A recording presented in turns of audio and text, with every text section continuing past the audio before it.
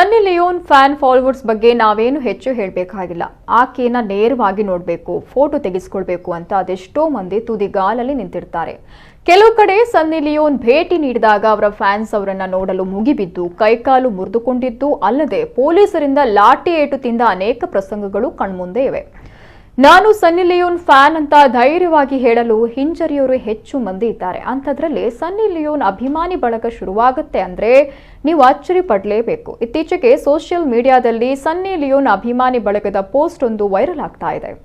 ಈ ಬಗ್ಗೆ ಸಾಕಷ್ಟು ಚರ್ಚೆಗೆ ಗ್ರಾಸವಾಗಿದೆ. ಇನ್ನು ವೈರಲ್ ಆಗಿರುವ ಪೋಸ್ಟರ್ನಲ್ಲಿ ಸನ್ನಿ ಲಿಯೋನ್ ಫೋಟೋವನ್ನ ಅಂಟಿಸಿ ಶ್ರೀ ಶ್ರೀ ಶರಭಾರ್ಯ ಸ್ವಾಮಿ ಹಾಗೂ ಶ್ರೀ ರಾಜೇಶ್ವರ ದೇವಿ ಜಾತ್ರಾ ಮಹೋತ್ಸವಕ್ಕೆ ಸರ್ವರಿಗೂ ಸ್ವಾಗತ ಅಂತ ಬರೆದಿದ್ದಾರೆ.